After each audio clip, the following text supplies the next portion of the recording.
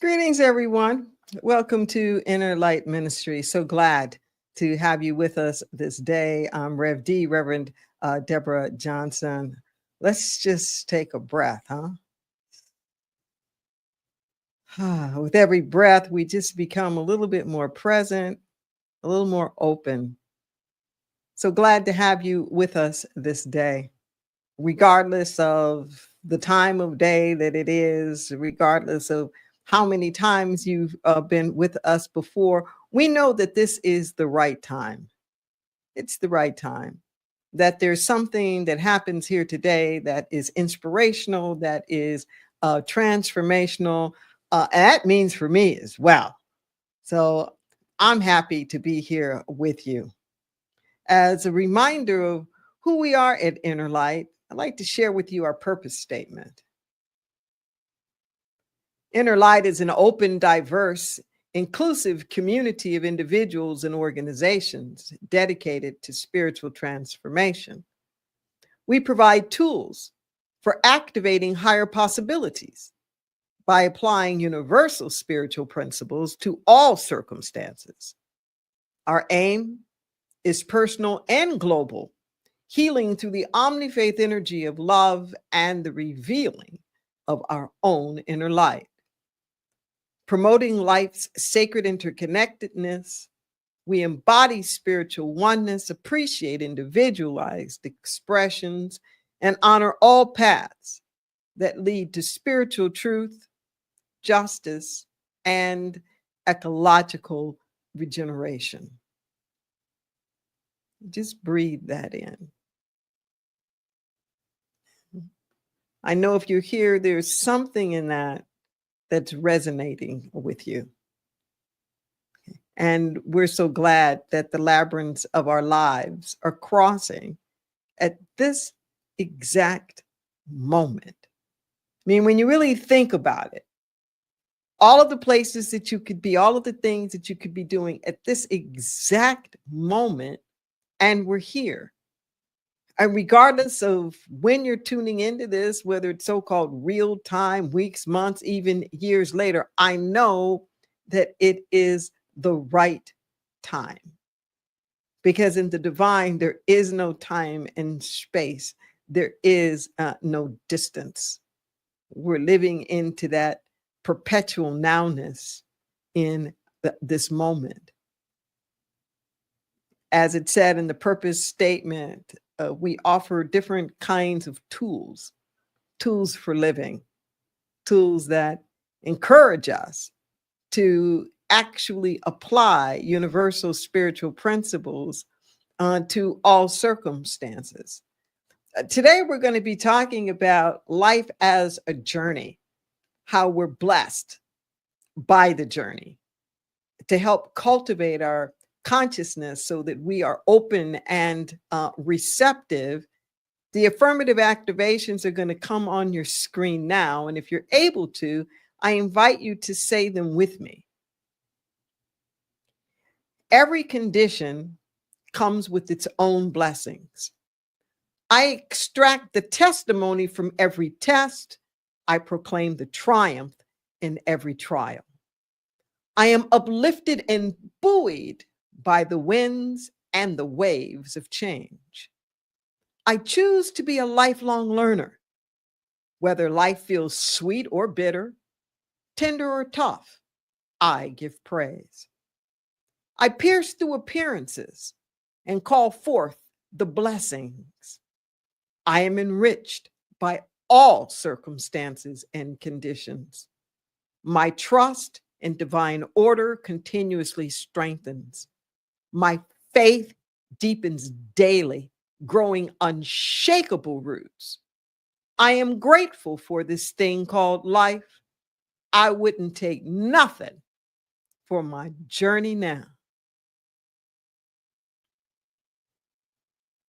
Let's breathe this in for a moment. Notice if there's anything that's really resonating with you with a deep yes.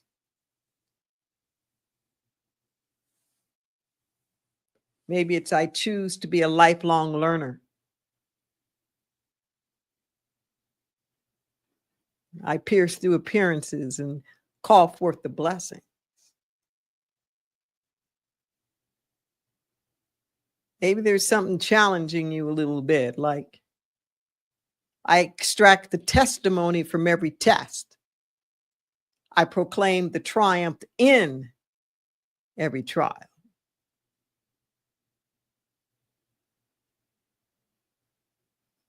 Maybe you're challenged by something like, I am enriched by all circumstances and conditions.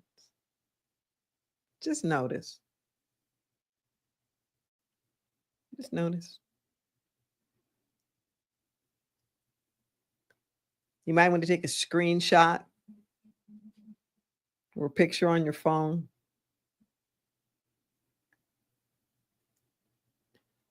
But I do invite you to come back, whether you go to our website or YouTube or some picture that you just took, because it's through the repetition.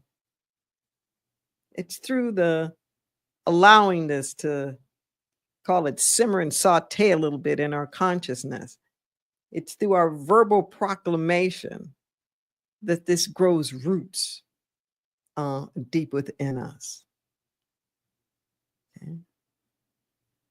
Take a breath. Yes. Also, to help just prepare our consciousness for this message about being blessed by the journey, we're going to play an old spiritual, one of the Black spirituals from born out of our slavery days. And this one is a classic. And I might note that this particular one, the Inner Light Choir sang back on, actually, it was Valentine's Day in 2012. Inner Light sent 70 people to be part of a 300 voice choir at Carnegie Hall under the direction of Dr. Jackie Hairston. It was really, really quite an experience. In celebration of Black History Month, there were a number of these spirituals that were classically arranged with 6, sometimes 8-part harmonies to them. And this particular one is a one that we sang at Carnegie Hall, and then and again at an encore concert that we had in Watsonville at the Mello Center. It's a pretty easy song. If you want to sing along to it, feel free to do that.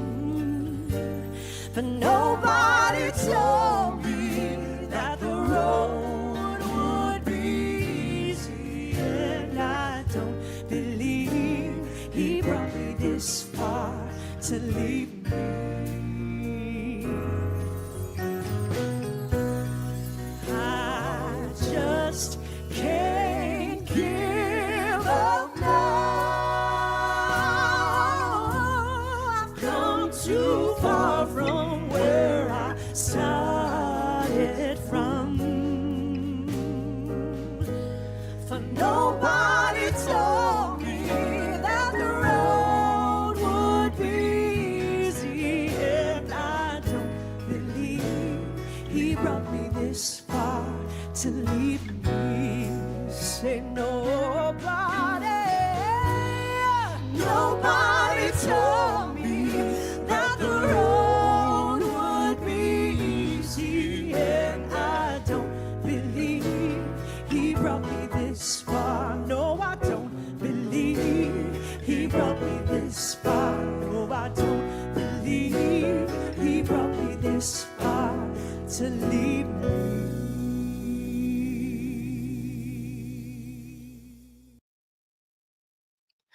Just breathe that in.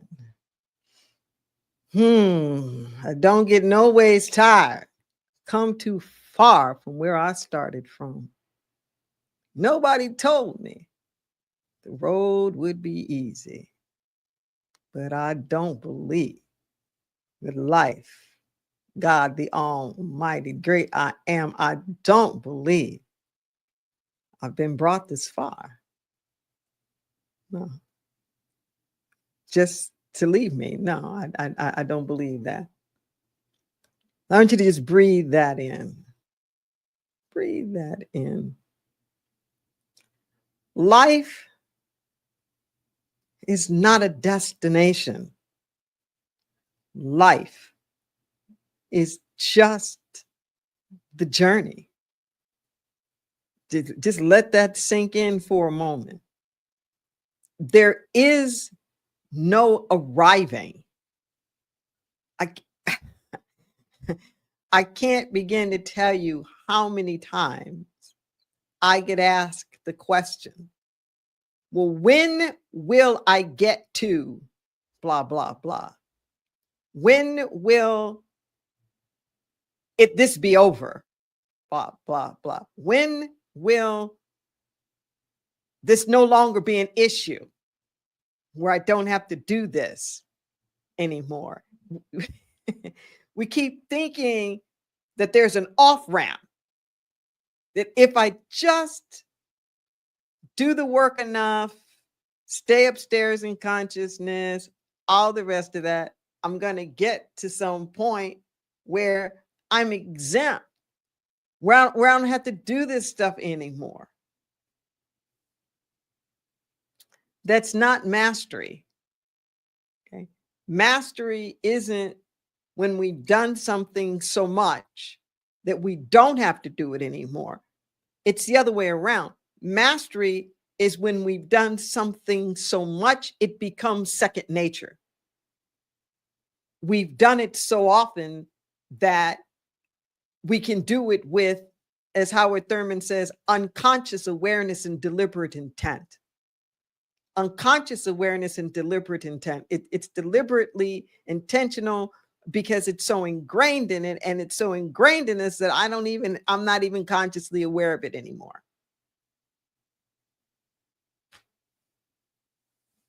Like saying thank you to me, or smiling at something that I'm pleased with. It's become so ingrained that I'm not even thinking about it anymore. What are the implications of life not being a destination? We don't get so worried and anxious about where we are. We realize that a lot of the worry and the anxiety is just our own stuff. We're living under the tyranny of our own timetables of what needs to happen by when. We're the ones that have set up all of these artificial goals, these arbitrary marks that we're supposed to make by fictitious time periods, whether it's individual or whether it's collective. I'm not gonna lie, I'm going through that right now on the collective. My heart is broken. I feel so incredibly disappointed that after the years and decades of putting into diversity and equity and inclusion and justice and fairness and equal access and all of these things, that there's just a wrecking ball that's happening to our most precious institutions, to our reputation around the world. I'm not forlorn in the sense of feeling like everything's ruined forever. Just a little disappointed thinking that I personally might not live long enough to be able to see the repair and the restoration that's needed, the institutional new directions, from here. And such as it is with life, whether we're doing that about our relationships, our marriages, our careers, about our health conditions, there's that little something within us that goes, this wasn't what I signed up for, or I didn't think it was going to go down like this. I didn't think I was going to go out like this. I didn't think things would end like this. I didn't think things would shift like this isn't what I thought things would be. Let it go. Okay? Let it go. We never know what's going to happen. Okay, you just never know. You prepare, and then you let the game come to you. If you're an athlete, you go, you work out, you go to the field, you go to the gym, the court, whatever your sport is. You rehearse, you practice. Then when the meet comes, you don't exactly know what's going to happen. You don't. You just show up prepared, and then the game is whatever the game is.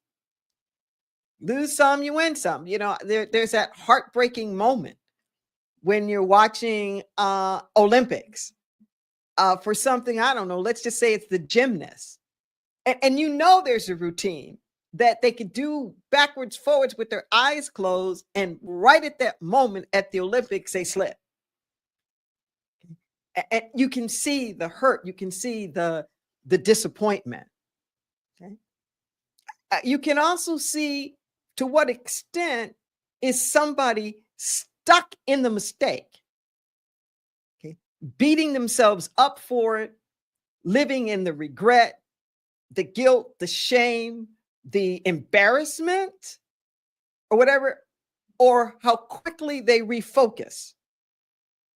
How quickly do they refocus, remembering what they've come for, remembering their expertise, remembering their skill, and recovering so that they're back in the game. Well, such as it is with life, stuff happens. Stuff happens all the time. But we get to determine how much it throws us off our game. We get to determine how much we're going to sulk and whine and pout and complain, how long we're going to sit on the bench, whether we're going to quit the game altogether. We get a chance to decide all of that. But life is just there. Just like the game, life is just available for us to partake of as little or as much of it as we want to. There's nothing out there that's saying, oh, well, you fell. Oh, you messed up. Oh, you had this bankruptcy. Oh, you had this divorce. Oh, you had this cancer. Oh, you were incarcerated. Oh, you were molested. Oh, whoa, whoa, whoa, whoa. No, that's not going on out there. Okay. There's only life saying yes to us. Life saying yes to as much as we want to show up. When we realize that life is not a destination, we start living every moment. We realize that some moments aren't more precious than other moments. And every moment is an equal opportunity to love, to care, to feel, to show up, to heal, to forgive, to expand, to grow, to learn, to trust, to release, to embrace. every moment, there is equal capacity to do any and all of that. We're the one that labels something as being more important than another. We're the ones that do that. But anything that can be experienced for us emotionally, anything that can be learned, it can be learned at any moment of any day, at any time. It's just a question of how open and receptive we are. Listen to what I'm saying. The answers are always there. It's just a question of how much do we have to go through before we allow ourselves to see it. It's all there. Okay. How much do we have to contort? How much do we have to fall? How much do we have to be stretched to the limit or whatnot before we see it? I can remember, I get these downloads, these spirit messages, and some of them are in the form of letters. Some are published, like the books in the corner there, Your Sacred Yes and Your Deepest Intent, volumes 1 and 2 of the Letters from the Infinite series. And in the vast majority, hundreds and hundreds of these letters are not published. And I can remember, sometimes these letters come in response to questions that I've been posing and pondering. I remember I was complaining, feeling like the universe, the divine would be there and quote unquote, like save the day. But when I was way out on a limb and I was complaining about that, and the message that I got back was, hey, that's not me, that's you. Okay. The fact that you have to get way out there on the limb before you accept the good that's available to you, that's you. Okay. You don't have to be out on the limb. Said, I am the tree. I'm the tree. I'm the roots. You could just sit down at the base of the tree underneath it, hey, and chill. And it's just as much. You don't have to be out there on the limb. Like, that's on you. That's on you. I sometimes refer to it as bait and switch. Bait and switch is a marketing concept where people think that they're coming in for one thing, but that thing isn't there, but another is. So let's just say you came thinking that you were going to see some celebrity, or you came because you had a coupon and you thought a certain product was going to be there, and you get there, there's no celebrity, there's no product, but there's this other thing that you can buy, or there's this other thing that you can do. So this concept behind the bait and switch is that you needed to be baited. You needed to think that there would be this certain something, or you wouldn't have come. You wouldn't show up. And that's what it feels like to me sometimes in the universe. Like, I had to think it was going to be a certain way, because if I knew what was really going to happen, I probably wouldn't have shown up. Okay. So I had to think it was going to work out this way, because if I really knew it was going to be this other way, I'd have been, nah, I'm good. I'm good. I think I'll pass. I think I'll pass. I know I used to complain because it felt like I would just have to take greater and greater risks in life, where sometimes it felt like not only out on a limb, but hey, I'm out on a tightrope now. I'm out on this tightrope, and there's no net. There's nothing below me. I mean, if I fall, woo, it's gonna be curtains. And getting into fear. And hearing that spirit voice talking to me and saying that's all in your mind. That's all in your mind. It says, just fly on the wings that I've given you. Just fly.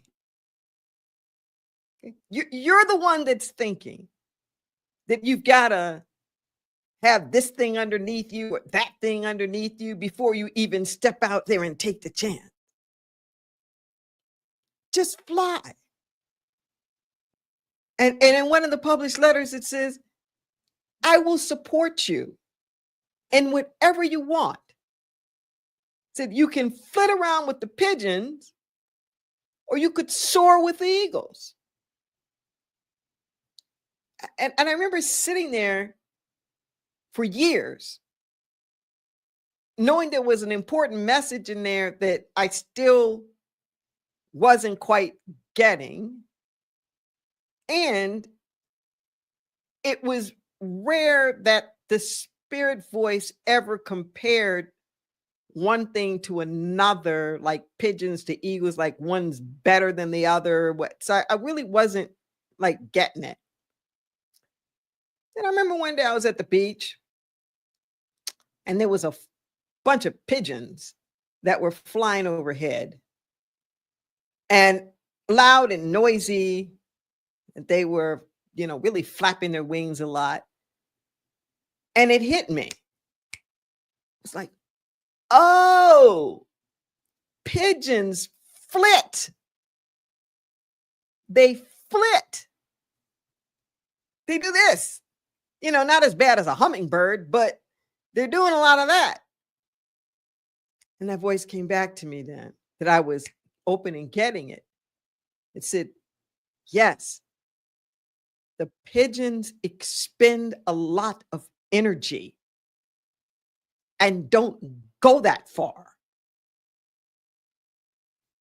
The eagles have a large wingspan and they glide on the wind.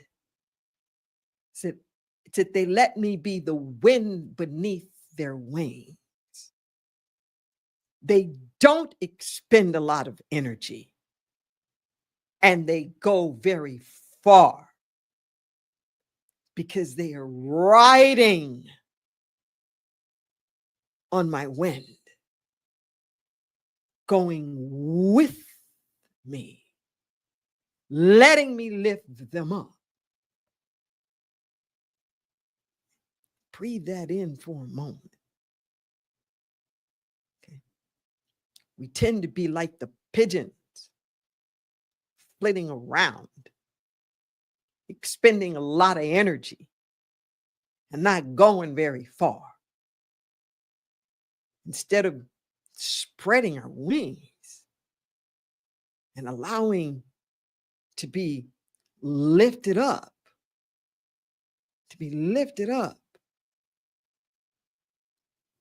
A couple of months ago, I was watching these geese fly in formation. I was in Las Vegas, and I was at this park watching these geese fly in formation. And it was reminding me in Santa Cruz of the pelicans and the other birds that would fly in formation. And I decided to really look it up and to see what that was about. And what I learned is that in this formation, they are staggered a little bit in terms of their height. Now, the one in the front takes the greatest hit going up against the wind. But what winds up happening is that each successive bird in the formation is up a little higher, and they catch the draft that's coming from the bird slightly in front of them, that's creating a greater wind draft for them to glide on. So the further back you go, the easier it is because you're being uplifted by the wind draft of the ones in front of you. Then there's this rotation that happens where they take turns in who's going to be in the front. So no one bird is expending all the energy. And if for some reason one bird falls out of the formation, another bird will fall out and join them so that they are not left alone. And I just thought, wow, what a great metaphor in that. What a great lesson about being on this thing and traveling together. When we realize that life is not a destination and it's just the journey, then we stop dismissing things along the way as being irrelevant. A lot of times we're so busy trying to get to this other place that we're missing where we are.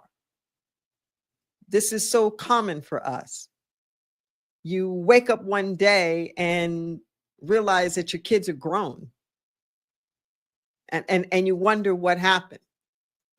Sometimes people, in being parents, miss it. They relish being grandparents because they literally take more time and enjoyment with the awe and the wonder of the childhood experience that they were too busy working or whatnot before to be able to see. There's this way where when we give ourselves permission to slow down, sometimes we may face a health crisis. We have cancer or something, and we're knocked off of our normal routine. We don't have the stamina. We don't have the energy to just keep pushing on with the busy work schedule or whatever that is that we were doing. And in the quietness of the rest, we have a chance to stop, to smell the roses, which actually becomes a part of our healing process. Because often we're so busy working or with the chores or with the responsibilities, we haven't really tapped into the energy and the vibration and the appreciation just for life itself.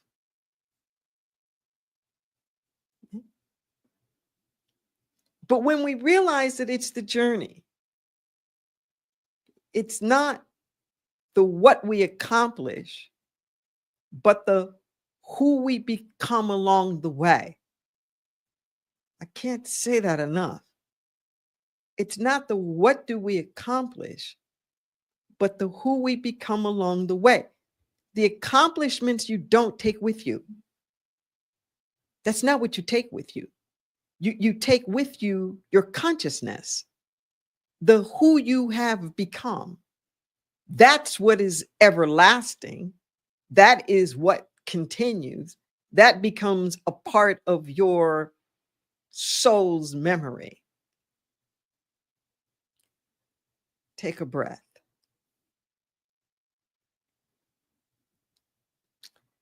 Every circumstance, every condition provides an opportunity for growth, healing, learning, and connection. Every opportunity. Even the things that seem like the worst things in the world that could possibly have happened to us, there's still something that goes on. There's a couple at Interlight, the Downings, Russell and Ganana Downing. We met through a memorial and then a subsequent funeral. This was 20 odd years ago. They both do hospice work. And the family of this baby Ruby, I can't even remember Ruby's last name. I don't think she lived beyond 6 months old. But she touched so many lives. So many lives. And the family had the memorial for Interlight to officiate that. And then I officiated the actual funeral at the funeral home. And we met through that. I remember commenting at that particular funeral how a life that only lived for 6 months had accomplished so much, by the bringing us together. Years ago, I read an article in a Science of Mind magazine. It really struck me. It was a story about this woman whose baby was stillborn. She shared this incredible something that happened, how phenomenally devastated that she was. But the baby came to her in a dream. While she was pregnant, the woman said she just had like this almost irrational desire to go up to people, even strangers, and ask them to put their hands on her belly. And she would ask them to say, to fill my baby with love and light. And she said, how many people she did that with. And she said the baby came to her in a dream and said that in the womb, it received so much love and light that it didn't need to come in this incarnation anymore.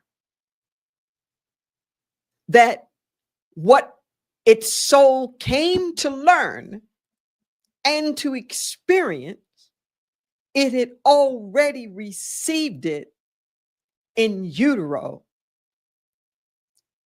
by the mom's constant solicitation of blessings.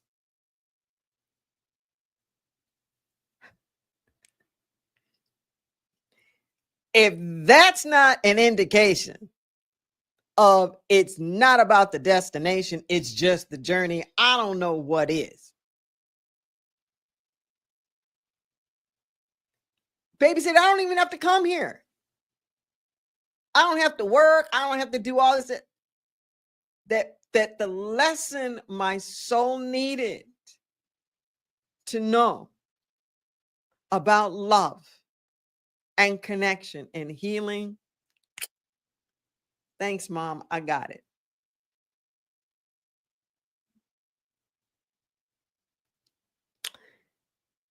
If we think it's about the destination, we're going to miss it. I'm telling you from experience. I thought it was the destination. I was so phenomenally goal-oriented, off the charts, speeding through life. I got it accepted into the freshman class of USC 4 or 5 months before I even turned 16. I was just moving. moving. First student to have a seat on the LA um, uh, Board of Education. I mean, I was moving, doing. I also had this irrational fear that I was going to die at 16. And I had wanted to accomplish anything in the world that I thought I wanted to do by the time that I was 16. I had a spiritual death at 16 that unleashed me more into the person that I am now. But it was really disorienting to me. And that spirit voice speaking to me, even before I recognized it as that, of essentially saying, if you are impatient with the journey and you don't like the journey, then you don't like life. You're missing life itself. And I had to really think about that. Like, wow, that's really true. It saddened me, but I realized that it was really true. Okay? That life is the journey. That's what it is. And if we're wanting to stay present, we'll find that we'll get something out of it. We may not like every circumstance and condition, but all of it has brought you to be who you are. Every hurt, every pain, God wastes nothing. Nothing. If we're willing to claim it, redeem it, not think of everything as bad or as awful, but lay it on the altar for the alchemy process of the divine, like the big compost pile of the planet, to shift it and to turn it into something that is a blessing. Okay? Then we realize that when we leave, when we take that last breath, we're not going to be satisfied because we arrived someplace, because all these things we accomplished. We'll be satisfied because we gave, because we loved, because we didn't let the music go silent within us, because we dared to care, to believe, because we uplifted, we inspired, because we were uplifted and inspired. We begin to see ourselves more as part of an unbroken chain, kind of like a garden, okay, or an orchard or something, where we're part of the seeds, we're part of the fruit, we are part of the earth. There's a legacy that keeps going on and on and on. And we're part of that legacy, a tapestry of life, if you want to use another metaphor. But it's the beauty of the ongoingness. Okay? It's not the beauty of the destination. Because as soon as you make it to a point A, that just becomes your new point B. I mean, the other way around, excuse me. When you think that you go from A to B, that B is just your new A. You didn't end anything. I think that's why they refer to the same ceremony as both a graduation ceremony and a commencement. It's graduation in that it is completion of a course of study, but it's a commencement, a beginning of a next phase. And so it is at everything in our life. Everything. Okay. Something closes and something opens. Something is complete and then the next thing begins. But there's no end of the road where we don't have to do it anymore. Quite the contrary. There's doing it so much and so often that we're just in the dance of life, where life is dancing us. No resistance, no hesitations, no reservations. We're part of the joy of it all. So that we can say, like in the affirmation, that saying from the old Black folks, wouldn't take nothing for my journey now. Wouldn't trade it in for anything. Because life has brought me so much. Breathe that in. Let's pray.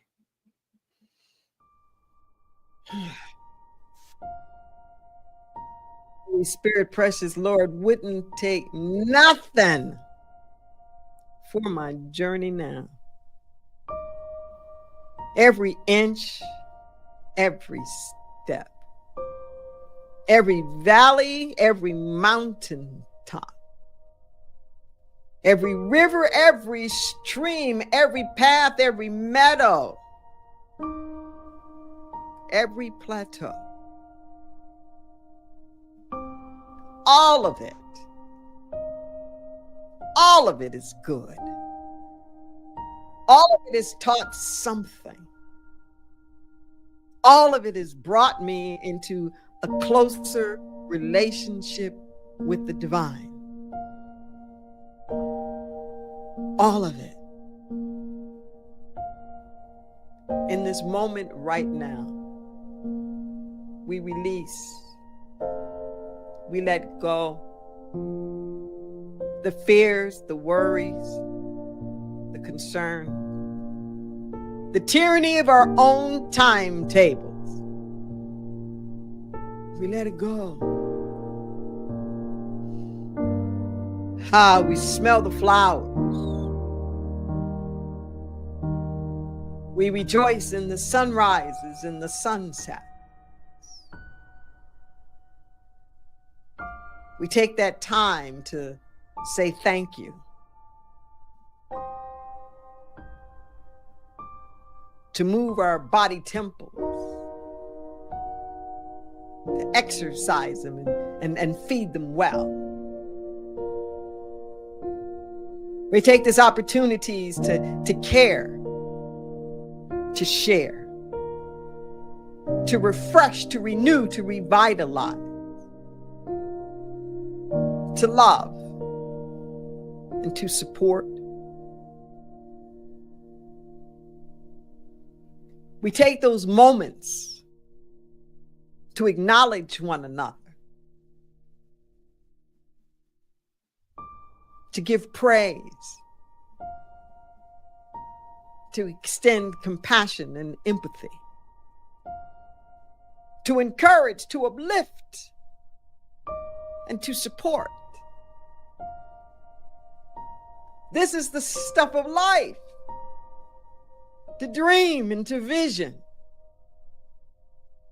to imagine, to transcend the circumstances and the facts, to speak power unto truth and truth unto power. We take those opportunities and we say thank you. Thank you, thank you, thank you. And as we seek first the kingdom of God, all things are added. And we're so grateful. We're so grateful for how Spirit shows up It's all needs met.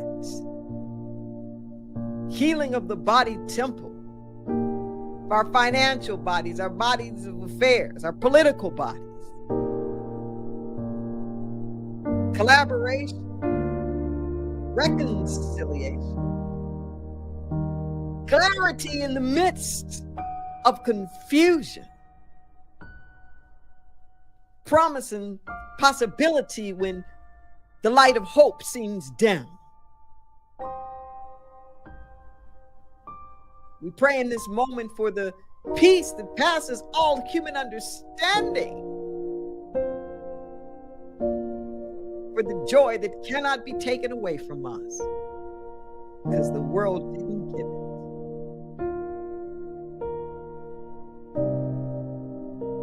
it. This is where we live, praying all over the world for food, for clothing, for shelter, for health care, for education, for safety, for the bombs, the war to stop, for the surplus and the aid to make it to every place that it needs to go, for people to live their lives with dignity and respect. Pray for our planet, that she be healed and restored, respected, loved, and cherished. And all sentient beings. This is our prayer. We know in the mind of God that it's already done. We're just catching up. Our prayer is a movement of our own consciousness of accepting that which is already so. We just get out the way. And we allow for what is already perfect, whole, and complete to simply be. And we invite you.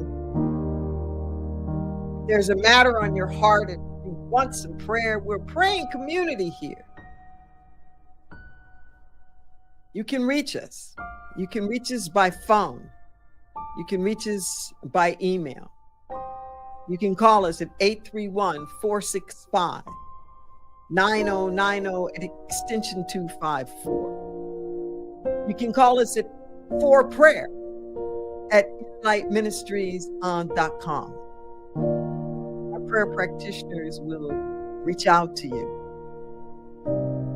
Confidential, nothing canned, but especially for you. And maybe it's something wonderful. You just want somebody to stand with you in agreement for unfoldment of some project or idea. Just know we got you in prayer. It's good. We just let it be. So it is. Yes, yes, yes. And we invite you to participate with us as often as you can. You will be getting some information coming up very soon about a socio-political play shop that we're going to be doing. We are teaming up with Temple Bethel, Centers for Spiritual Living in Santa Cruz, and it's going to be an in-person event. You can mark your calendars. It's Monday evening, 6:30 to 8:30 at Temple Bethel. That's August the 11th. August the 11th.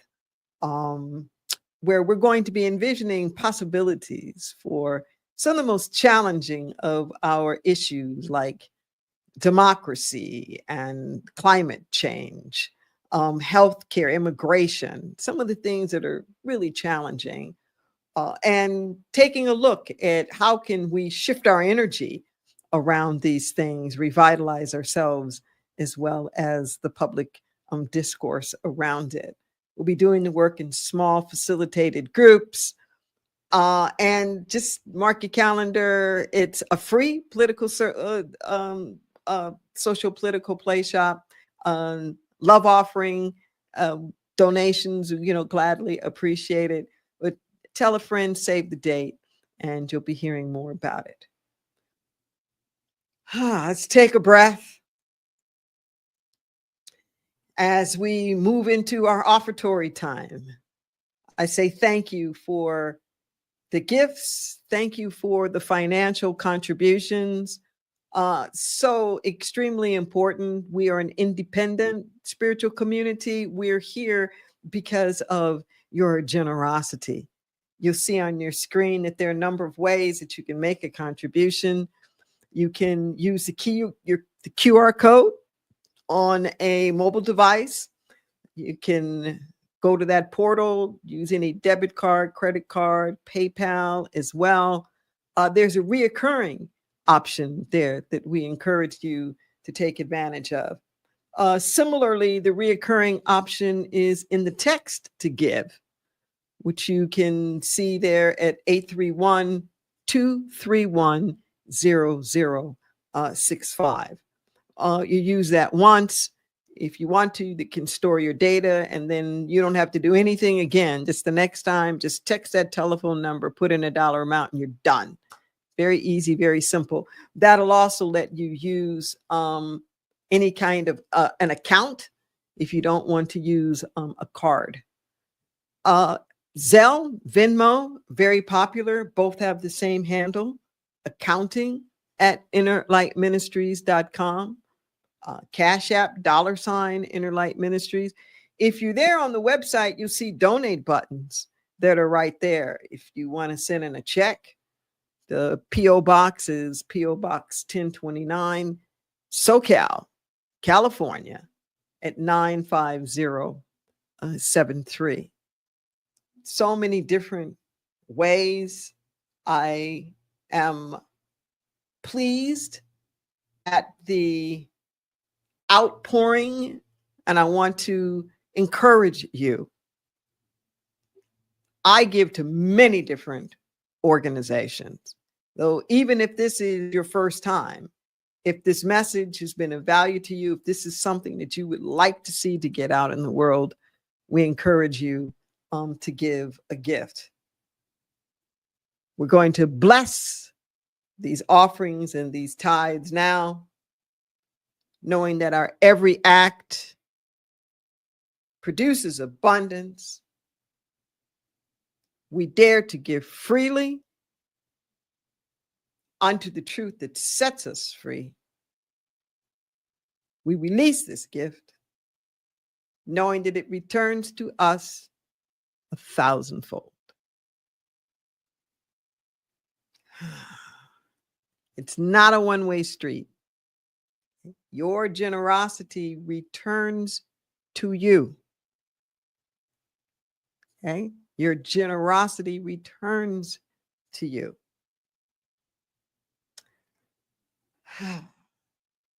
So be sure to subscribe to our YouTube channel, like us in social media, spread the word, come back, look at the affirmations, go to the website.